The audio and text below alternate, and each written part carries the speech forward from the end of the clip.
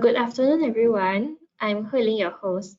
Thank you for joining our on understanding the grant application process and presented by Monica Sobogan.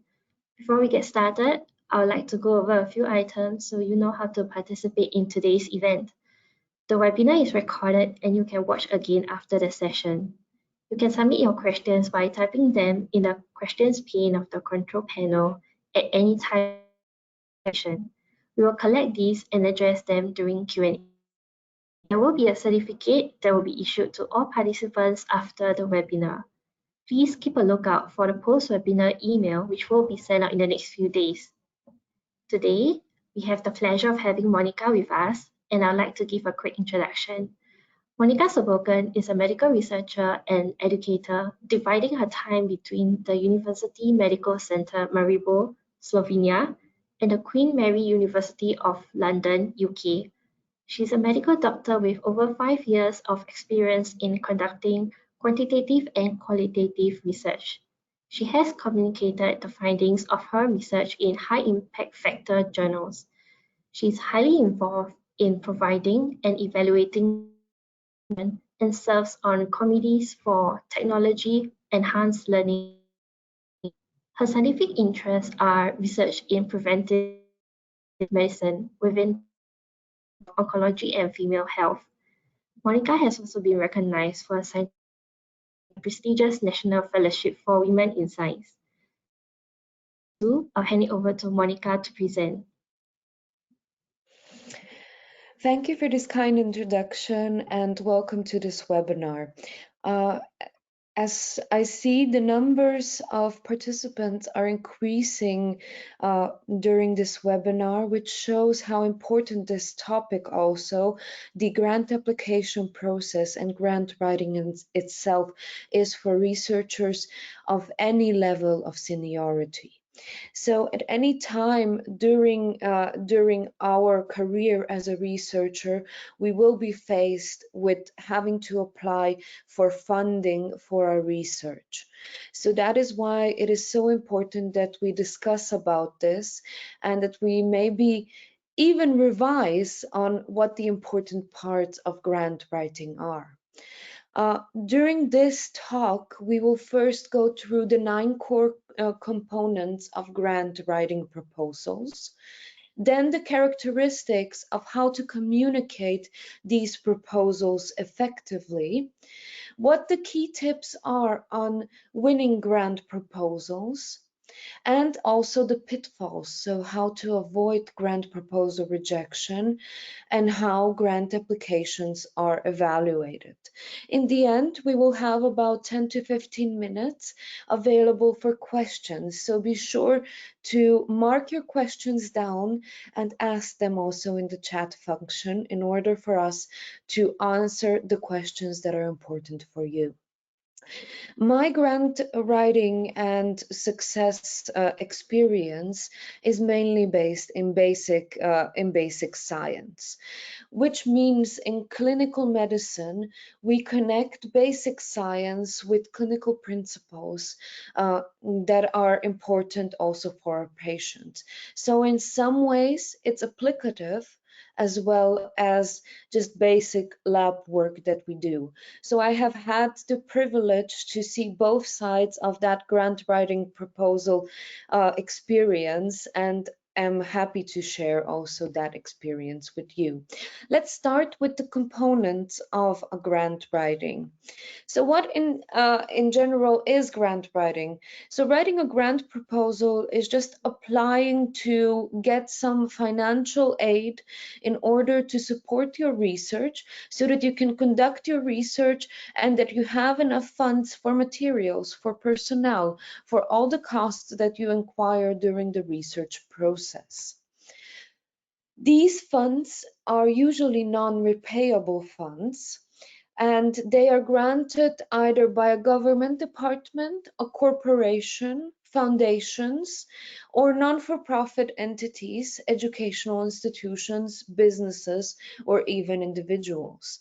In order, however, to obtain that money that you need for your research, you will need to write a formal proposal and ask through the grant writing process for money for your research, for the well thought through research idea that you have. Therefore, it is very important that you write an effective grant proposal that will enable you to get the funding that you need. A persuasive grant proposal is one that applies for funds, and the committee recognizes it, that it is sound, clear, and that you can get your proposal through in the estimated time that the funding will be available. So you can have a lot of parallels between a research manuscript and a grant writing proposal. In a research manuscript, first the manuscript goes to the editor and the editor evaluates it, and about a certain percentage of those manuscripts goes to the next phase. In a lot of the grant writing and grant calls, it's very similar. You will have a first screening process at the grant agency that you are applying to that will look at your proposal and say, is this worth the time of our reviewers, and will we review it further for funding? So the first step is to get through the editor in the grant agency that is available. The second part is that grant proposal is usually structured very similar to a manuscript also.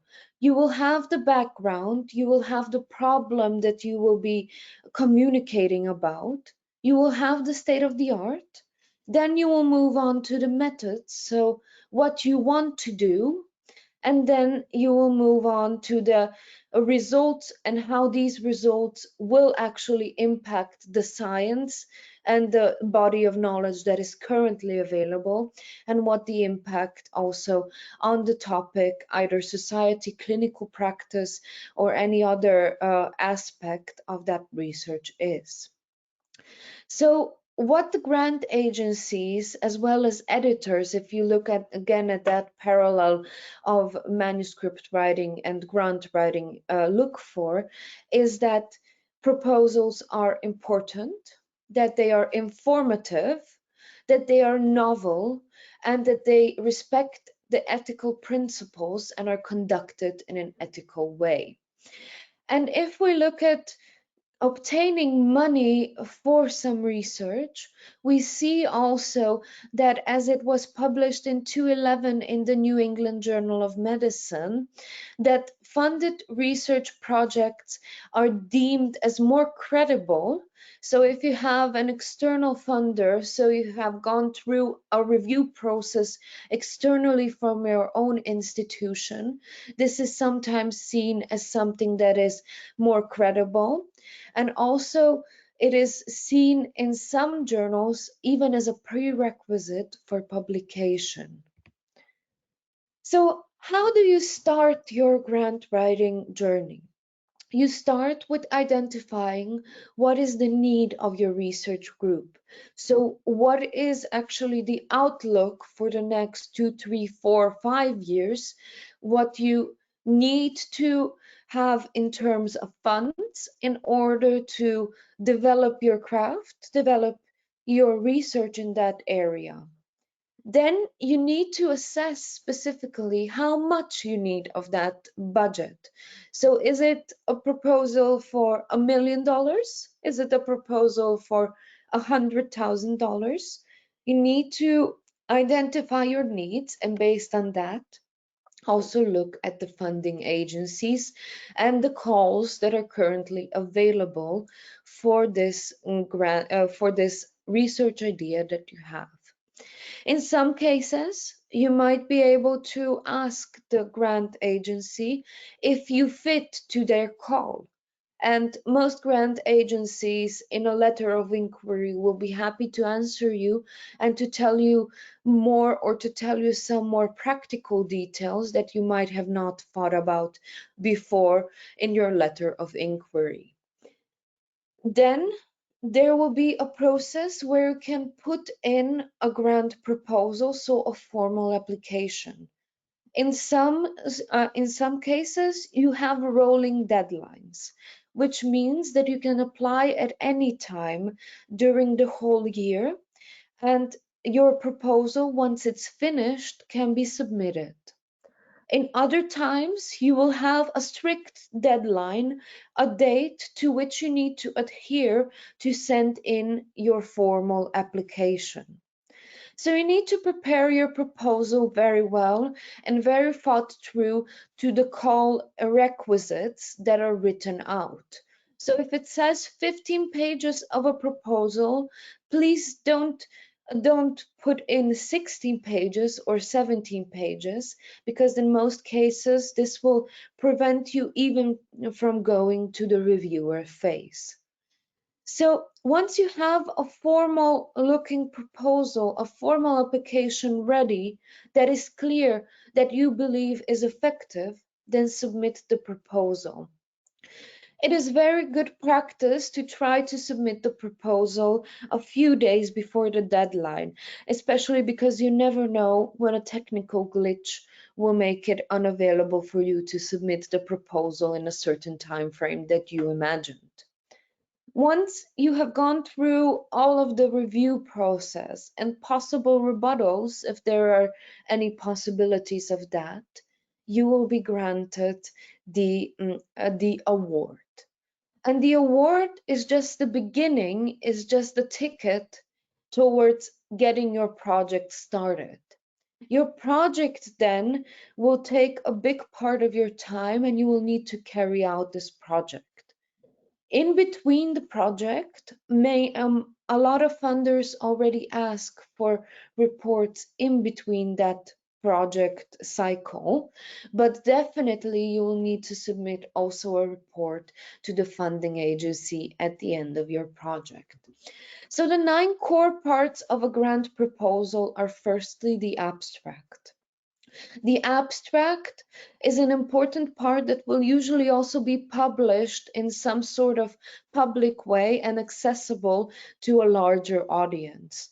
Therefore, it serves as the first glimpse at your project. Many funding agencies will firstly evaluate the abstract, as well as it will be the point that also non-specialists will be reviewing and will be deciding on if this project is important or not for their further understanding. Therefore, it is very important that you write it in an understandable, non-jargon-like language. The second part, when we are going more into the content of the proposal itself, is the introduction. As already stated before, grants are decided also on the importance of what you are researching, on what the agency needs to focus their money to.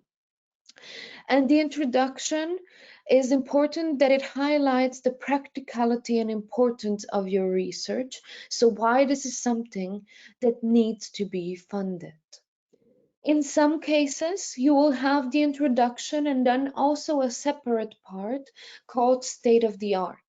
While introduction is the part where you highlight the importance, state of the art is the part where you go into very high detail as to what is the current state of knowledge. The third part of a grant proposal is the research design and methods. If we look at the research design methods, you will not be able to write it in such detail as you would in academic manuscripts, but you will need to provide enough in detail in order to for the reviewer to understand what your data collection methods will be, what the approach towards the isolation and the procurement of that data from your collection period towards your analysis will be. An important part, which is quite difficult when you are starting up as a new researcher, as an early career researcher, is giving preliminary data. But it's very important and shows how how important your research is and how well you are prepared, that you also present some preliminary studies which show that you have expertise and know-how how to actually do this project. Either this can be some groundwork that you have done before, or it can be also some basic work, maybe 3, 4, 5 cases that you have done towards this grant application itself. The next part are the study limitations. Please always write what the limitations are. It gives reviewers a good understanding that you know what could go wrong in your study, what you need to be especially careful about. The next point that you have already thought through when you were looking for the funding agency, but need to detail it more in your grant proposal, is the budget. So you will need to provide an updated outline of all expenses required for your study. Some grant proposals have already a very strict budget that you need to adhere to in terms of how much money can go to personnel, how much money can go to material, to travel. Other projects expect you that you decide by yourself which part is more important and how you will structure that budget itself. It is important to say that you will need to make a budget that is reflecting of reality. So if you don't spend any money on personnel, who will be doing the work? You need to have something that is actually feasible in the real world after you receive that grant. That is the next point. So make sure you calculate and figure out who needs to be involved into this proposal, who needs to be funded by this proposal in terms of personnel in order for the project to succeed. The eighth step is the research environment and institutional resources. This is important in terms of that you specify what equipment do you have access to, what research assistants, experts are in your research environment that could lend you a hand, maybe collaborate with you, but do not need to be specifically paid by your project. And there is, if you have the possibility, also an important part to give appendices, especially in forms of letters of support of your institution, letters of recommendations, maybe of previous supervisors, previous collaborators, in order to show how much support you have and how successful that project will be due to all the support that is available. If we look in more detail, firstly at the abstract is one of the first things everybody will look at because it's a short and concise presentation of your whole project. So the agency, the funding agency, might even only look at that abstract and accordingly decide if they will assign it to the next step of the reviewing proposal.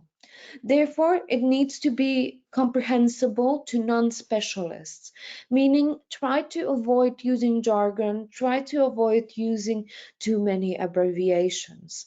It should clearly state what the nature of the problem, the need for the research, the hypothesis tested, as well as the expected outcomes, methods used to get those outcomes, and the significance and novelty of your research is. If we then proceed further to the introduction, as stated before, so in introduction, this is the cornerstone of your entire grant proposal because it will say, here is something that we need to do. We need to do it because there are gaps in knowledge on this and this and this area, and we will address it through our project. It highlights the practical applicability and importance of your research. And in this, you also need to specifically state the aims or hypothesis of your study. And thoroughly, you need to also review the relevant literature and explain how your study will fill those gaps in knowledge or correct the errors or resolve controversies that are currently present in this area of research. If we look at the research design and methods, as said before, you don't have unlimited space, at least not in most of the projects, but the reviewers will judge whether you will be able to prove or disprove your hypothesis or achieve your aims based on the research design and methods that you imply. So it is important that you provide a detailed schedule how you will get from the beginning of your research proposal to the end of your research proposal with different methods to the answers for your questions. And you also need to be quite specific in terms of what you will be researching. This means that you will need to describe your study population or your study environment. You will need to figure out and explain how participants will be recruited or in which environment this will be done. You will need to detail also what the inclusion and exclusion criteria for this study are, because this will impact on what answers you will get. So your sample does not appear to be biased. So make sure you provide enough information on the sample size, on the ways how the data is gathered, as well as consider adding power calculations into your research proposal. So the data collection methods are very important, and it's good if you have previous research to cite that previous research, highlighting what the methodology behind it is. So cite your previous research, cite other researchers if you intend to do something similar, what they have done in terms of methodology. Also try to give as much detail as possible on manufacturers of your research equipment so that the reviewers understand that your methods are valid and reliable. An important part is that your methods are ethically sound. And in some cases, the grant institutions already want to have ethics approval prior to submitting the grant. Some countries, however, have a different approach, and you first receive the grant and then you submit the proposal through the ethics committee. So this is something that is a bit different in different countries. Make sure you also give information not only on how you will acquire the data, but how you will actually manage the data. So also in terms of data safety, as well as how you will be analyzing that data. So how you will be avoiding duplication, cross-checking for accuracy, what statistical methods you will be using, and the software you will be using.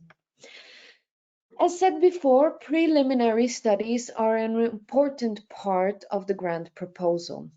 Consider doing some additional experiments also before that and presenting that data so that the reviewers understand better that the project is feasible and that the hypotheses that you have generated have merit. Also, this is a sign that you have enough institutional support and that institutional support will be available to you also further if you get that grant. Make sure you communicate the grant proposal realistically. You won't save the world in one grant proposal.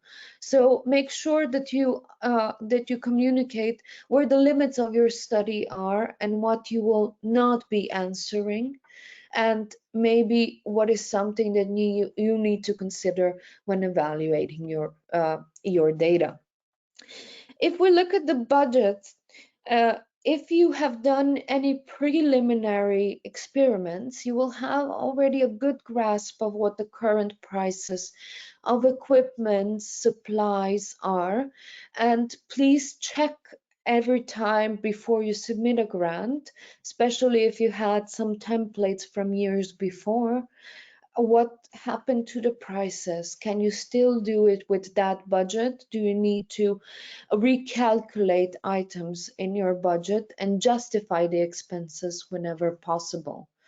And that is also a very good point if you justify it in a way saying this work package will use that much funding. Here is a breakdown of a typical possibility of a budget. So you would have a budget cost for personnel, you would have a cost for supplies, maybe equipment or travel, then computer costs, which could also go under equipment depending on the call that you have, and other costs. It's a very important part that you look at your grant guide, so grant call guide, and adhere to their budget restrictions. Many times, different grant agencies will have a different approach to calculating the costs, and you need to adhere to that cost specifically. So obviously you also need to calculate in some way personnel costs in order to conduct the research efficiently. This is important so that you provide details which researchers possess the right expertise and need to be funded by your research proposal, and what the most recent and relevant publications of those researchers that will contribute to the success of your project will be. So traditional metrics that are important to understand and also maybe to communicate in grant proposals are the H index or other citation metrics, or maybe in what journals the researcher has published in order to show the reviewers that this researcher is someone who can efficiently contribute to the novel ideas in your research proposal. Also describe how research assistants will be helping your research proposal, collecting data, and providing evidence that all personnel is trained to do the job they are going to be enlisted in. So the next point is the research environment and institutional research resources. It's important that you have a good understanding and to give this understanding also to the reviewer in what an environment are you working.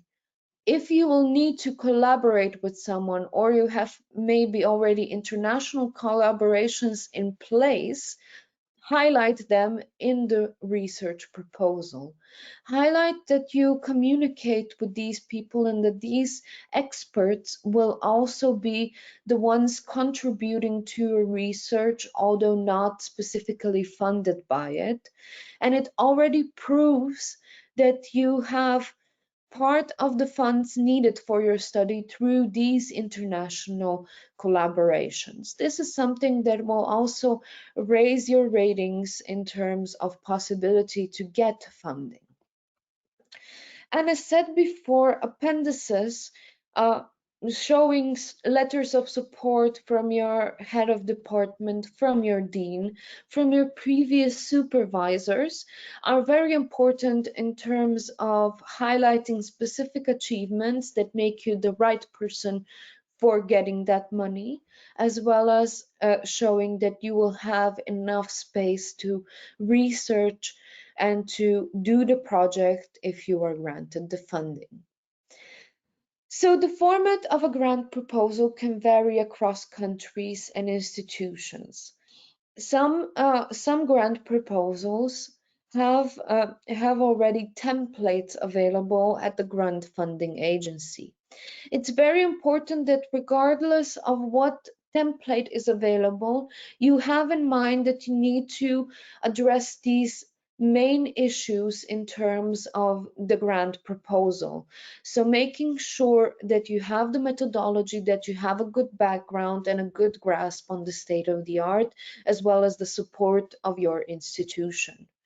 The authors should always follow the guidelines recommended by their funding agency. In some cases, if you do not follow the guidelines, you will automatically be rejected without a review of your proposal. So, what are the characteristics of an effective research proposal? First, the aims of a research proposal are to advance science and to benefit human knowledge, society, or the environment. So it has to have an impact that is currently not available with the body of knowledge that we have currently. The aims that you provide need to be focused and measurable. Don't go too general and don't go too granular. Because if you go too granular, you will be answering a too small of a problem. If you go too general, you won't be able to achieve your aims. Good grant proposals have a sample whose results can be generalized, meaning women, minorities, this should be equally represented in the sample if necessary and should reflect the sample in nature that you are researching. May it be in human medicine, in biology, in any field that you are. You should use methods that are sufficiently rigorous, so usually validated methods, well-developed methods, and appropriate to receive and achieve your aims. You should take into consideration the potential problems arising during the study, also have proposed alternatives, so mitigation possibilities for those problems. The research should be conducted by experts, so researchers with adequate training, experience, and expertise. Please highlight the experience, expertise, and adequate training when asking for the funding. Make sure the reviewers understand why you are the right person for that job.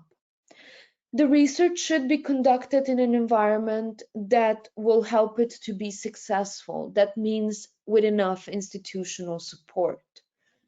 It requires time and money uh, allocated to the tasks carried out. So make sure the budget reflects your methodology and it complies to the ethical standards. As said before, some granting agencies will want you to have already approval prior to applying for funding. Some will allow it after you have received the funding.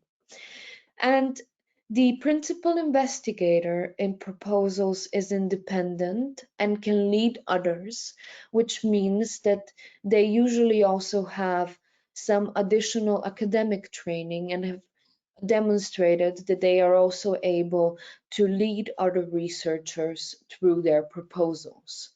So the key tips for writing a winning grant proposal. First of all, learn more about the funding agency. Are your aims really aligned with the aims of that funding agency? If so, proceed to the next step. The next step is to understand your target audience. Read up about how the reviewing committee is set up together and decide what aspects of your research need to be explained more in detail towards that committee audience. Go through the funder's guidelines for proposals. As said before, it's very important to adhere to exactly to the instructions of that funder. So learn as much as possible about the funding agency. This means the mission and objectives of that funding agency and to show how your study can help the funding agency's aims and objectives. So how you are contributing to the development also of the goals of that funding agency and determine the suitability of your proposal before writing the grant. Therefore, you can also contact some of the funding agencies if you are unsure and check with them if you fit their criteria. The next question is understand your target audience. As said before, sometimes grant proposal committees are not just experts.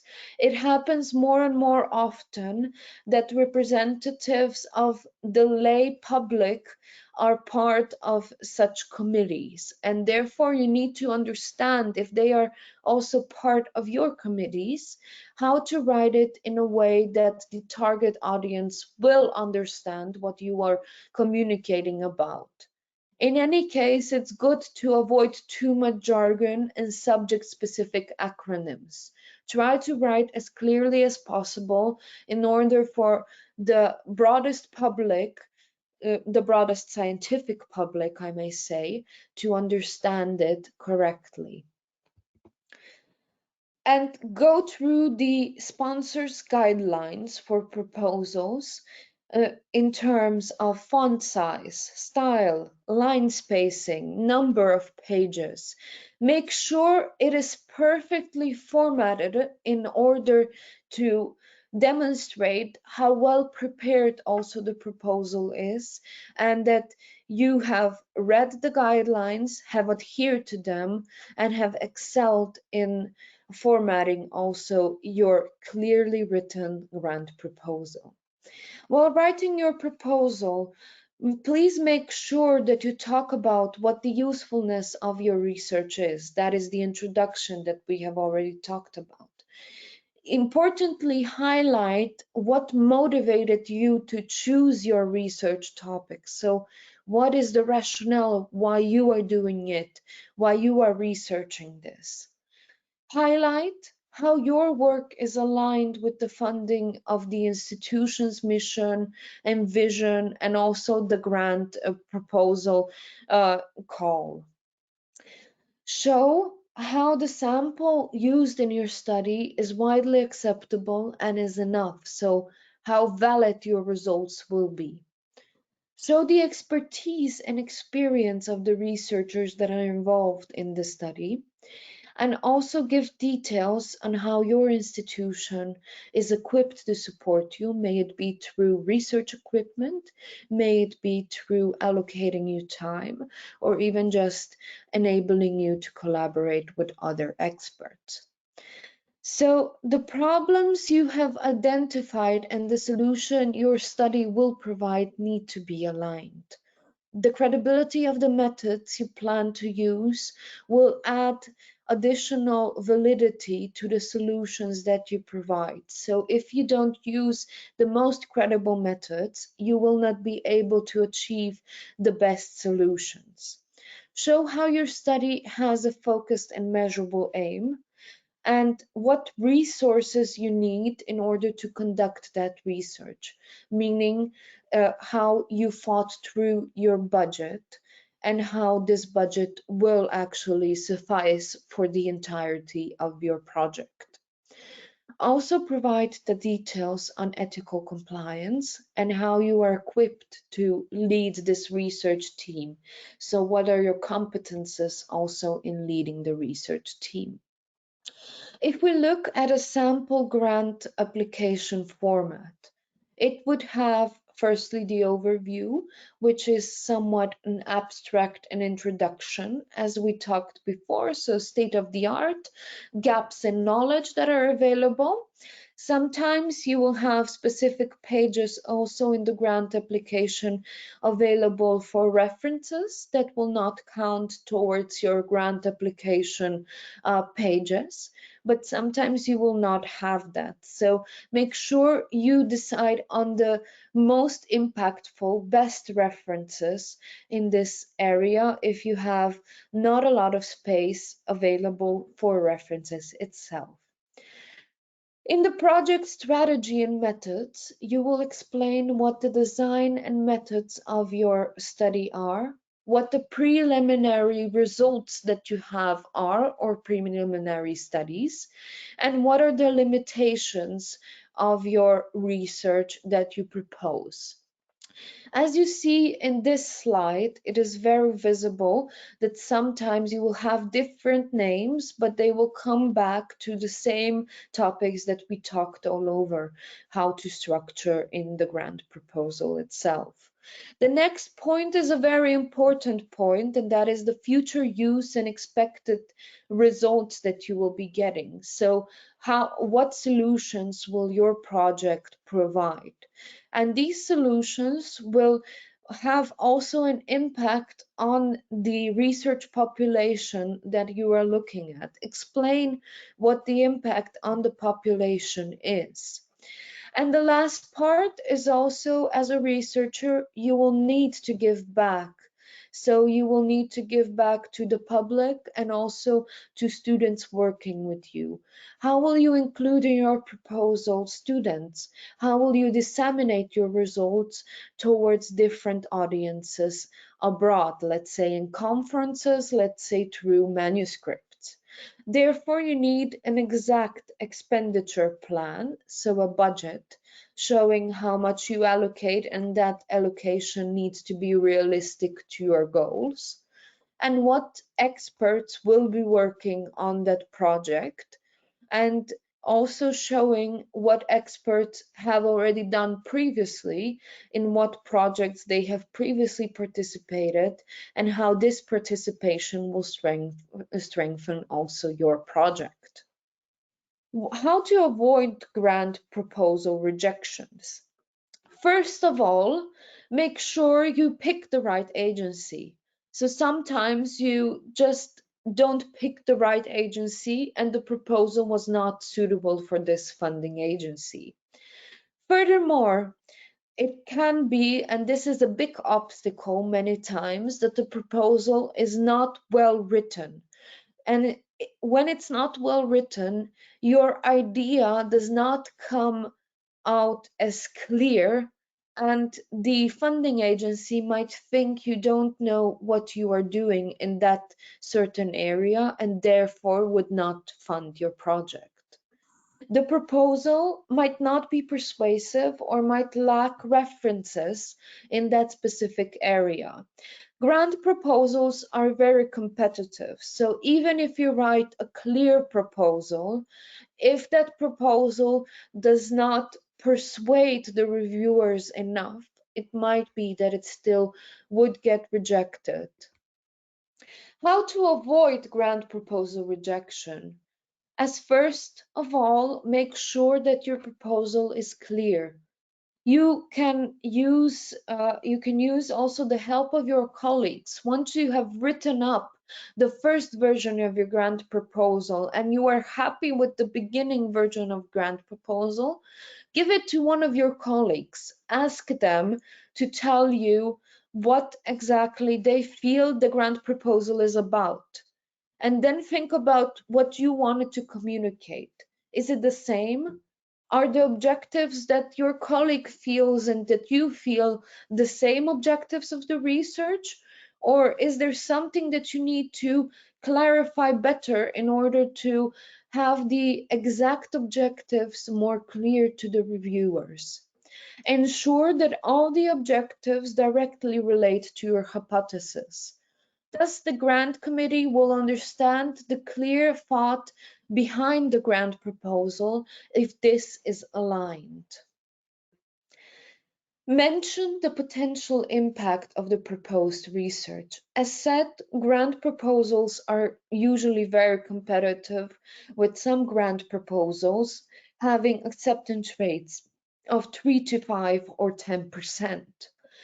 And most grant agencies expect proposals to be holistic, meaning they will give a very round up view of that specific area, and the whole proposal impact needs to go beyond the research lab and benefit a larger group of people, and this will be likely more accepted than if it's a very narrow benefit to a certain research lab only.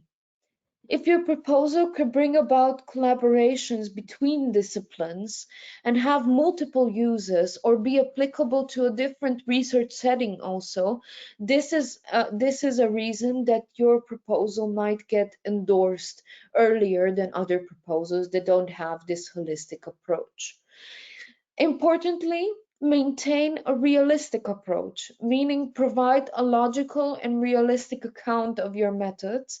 The validated methods will not save the world, so make sure that you align them with the results that you would like to have, so the aims that you would like to achieve, and make sure that you have mitigation strategies if your primary methods fail.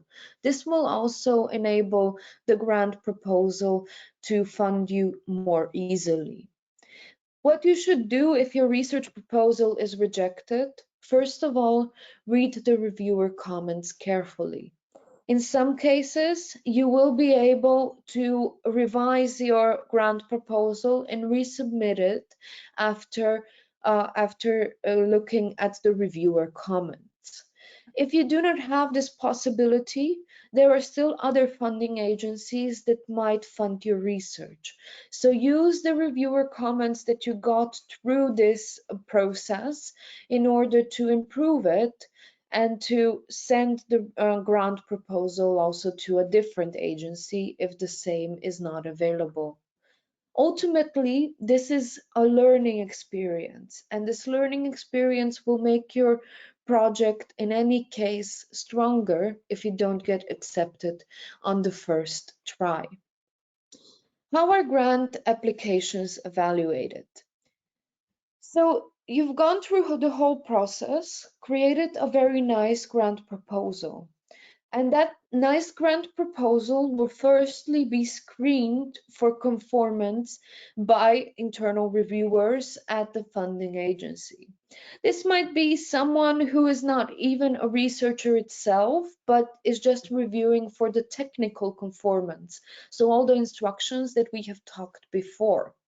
The applications will then be internally reviewed by someone from the field, usually, looking at the process and saying, okay, this can go for further external review by an expert and can be scored, or this is something that we might not review at all because it does not have a good chance to get funding. This is different by different agencies. Some send out all the manuscripts, so all the grant proposals, and some decide already in that point what is valuable in order to be reviewed further or not.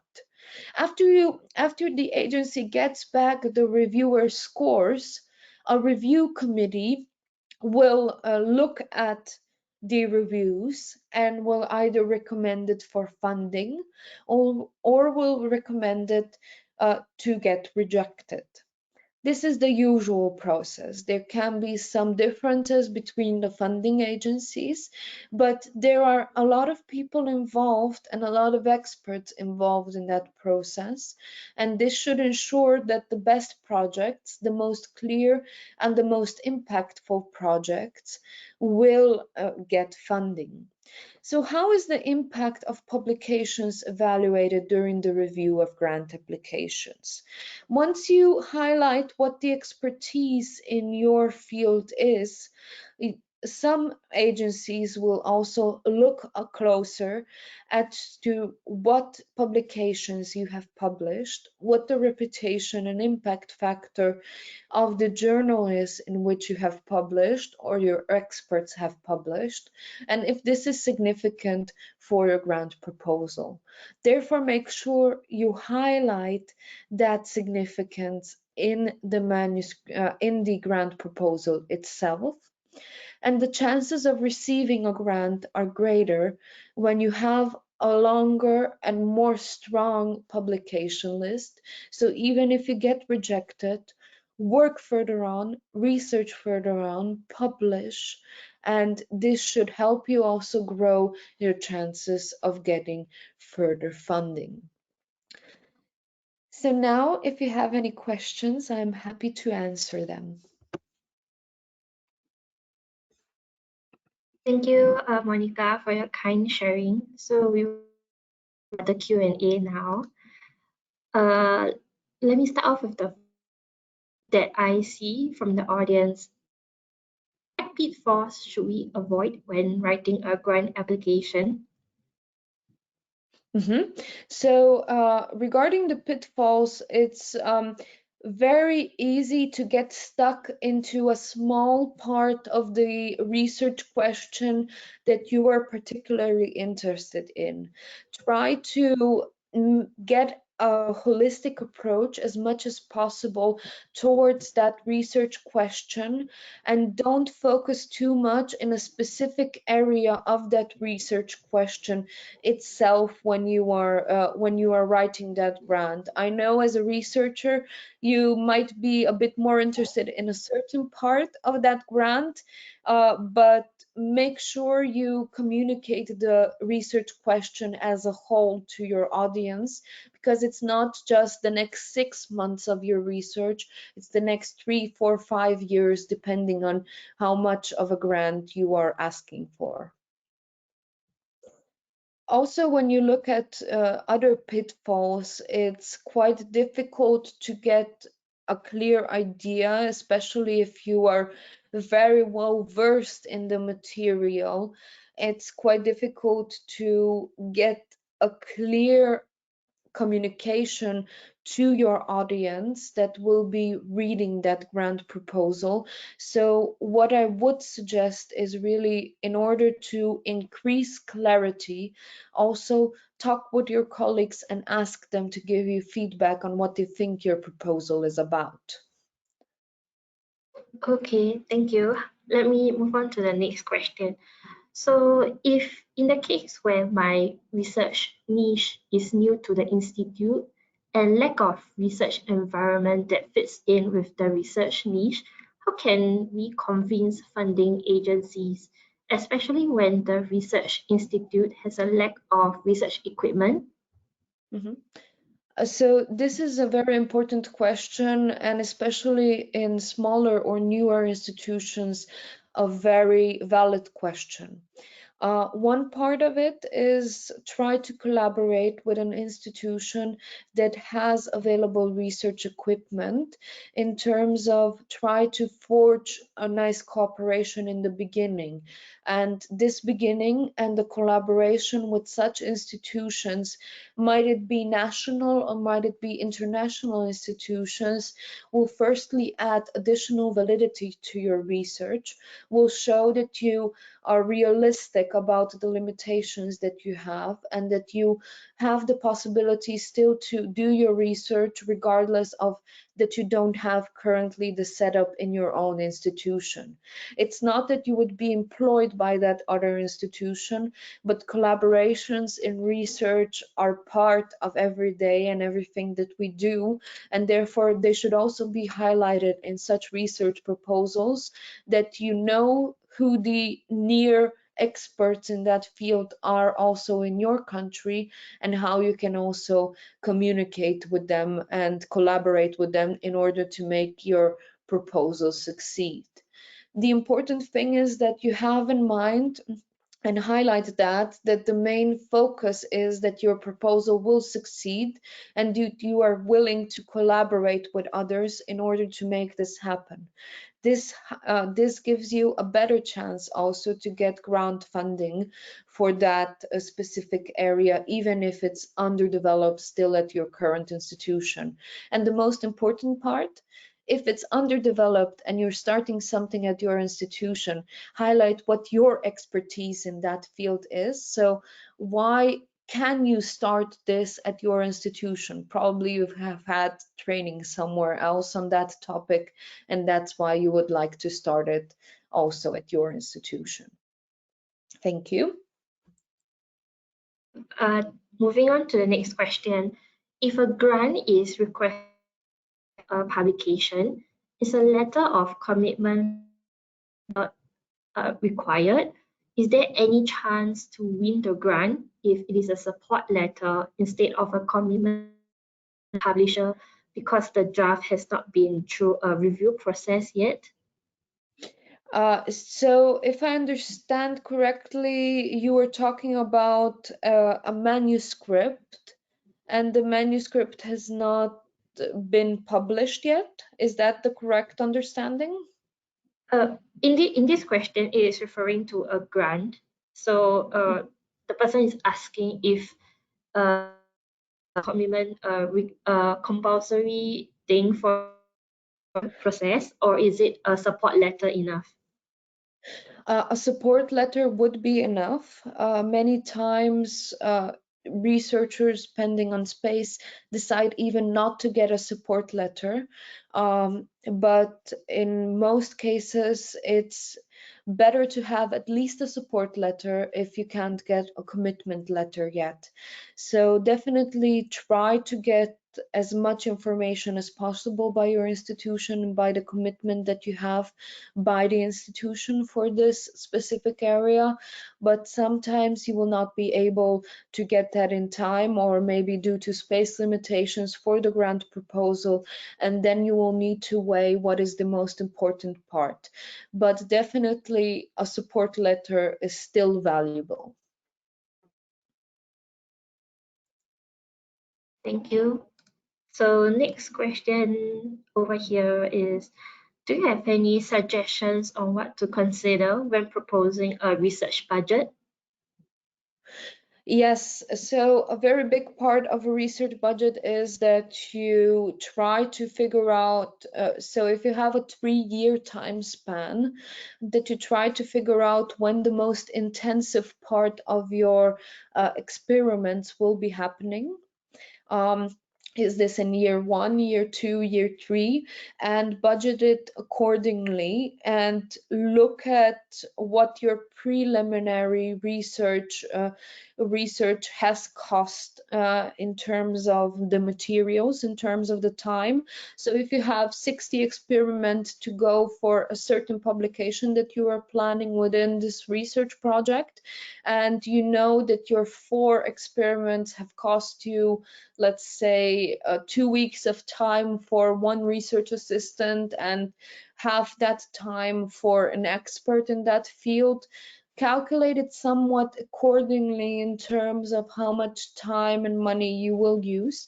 Also look at what the rates of researchers in your country are, and calculate this accordingly to those rates in order to have enough money left for personnel. Because the worst thing that can happen to you once you have your funding, you figure out that the personnel costs that you have budgeted are too little in terms of what you will be needing.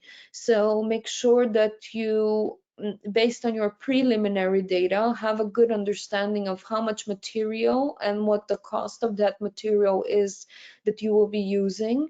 Try to even get some quotes from some of the vendors if you haven't used such materials before, to just tell you maybe for 50 samples we will need $300, or one sample of sequencing will cost this and this money, so that you can then calculate it even per patient or per sample, how much the cost would be for that specific project. This means that if you expect 200 samples and you know that one sample in material costs will be $5, this will mean that you know how much you need to budget in for those 200 samples.